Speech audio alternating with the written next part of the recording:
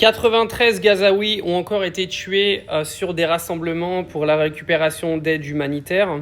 Alors ça vient d'arriver encore une fois, alors on les compte même plus, j'ai même pas de décompte tellement ça c'est vraiment un sketch. Donc il y a encore 93 Gazaouis qui ont été tués, donc ça c'est un rapport de la défense civile qui vient nous expliquer que ces personnes étaient sur les points de ravitaillement pour récupérer de l'aide humanitaire et comme d'habitude elles se sont fait abattre comme des poules quoi.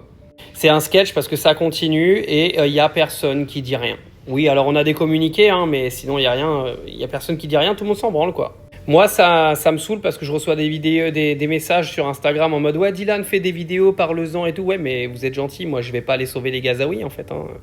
Je fais des vidéos, etc. Mais par contre, les politiques, arrivent un moment, va falloir qu'ils se bougent le fion quand même. Je vais vous lire un petit peu l'article derrière. Le décompte des victimes gazaouis s'alourdit de jour en jour. Dans le territoire assiégé, 93 Palestiniens ont été tués par des tirs et bombardements israéliens, a déclaré le porte-parole de la défense civile. Les victimes tentaient de récupérer de l'aide humanitaire en différents points du petit territoire.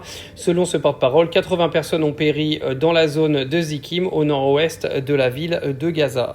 Donc pour ceux qui n'ont toujours pas compris ce qui se passe, en fait, il y a des points de ravitaillement qui sont aujourd'hui des ONG qui sont contrôlés par les Américains et Israël. Ils attendent qu'il y ait un maximum de monde au point de rassemblement et ils tirent à vue dans la foule en venant dire en fait que ce sont des rassemblements illégaux et que c'est dangereux pour l'armée israélienne. Donc en fait, ils se donnent une légitimité à tuer des gens toute la journée.